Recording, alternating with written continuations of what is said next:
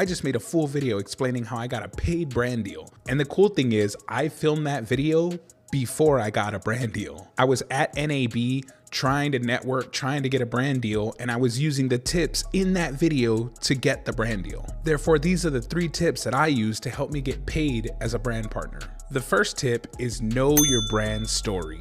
Be able to convey your brand's mission and how your brand came to be. What's the point of your channel existing? What kind of content do you make? Who is your core audience? You want a good understanding of that. And not only a good understanding, you want to be able to convey that story. You want to be able to communicate that in an effective way that's going to make people feel impassioned about it and excited to work with you. Because at the end of the day, it's people making the decisions on who to partner with. Yes, big, huge brands are run by real people in real departments who are just trying to do the best at their job. If you can effectively communicate your story and your mission to them, then that'll give them more confidence that you can effectively communicate that to an audience. So that's tip number 1, know your brand story. Tip number 2 is know their brand story.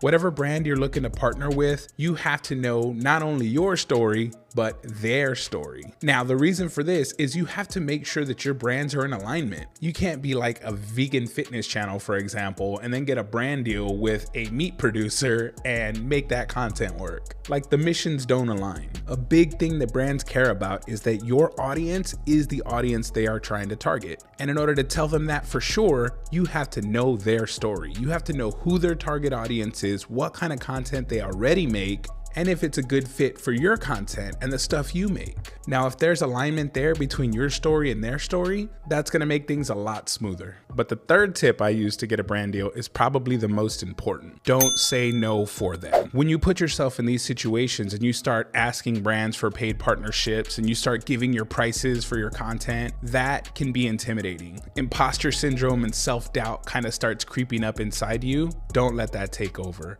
Don't plant those seeds in your head.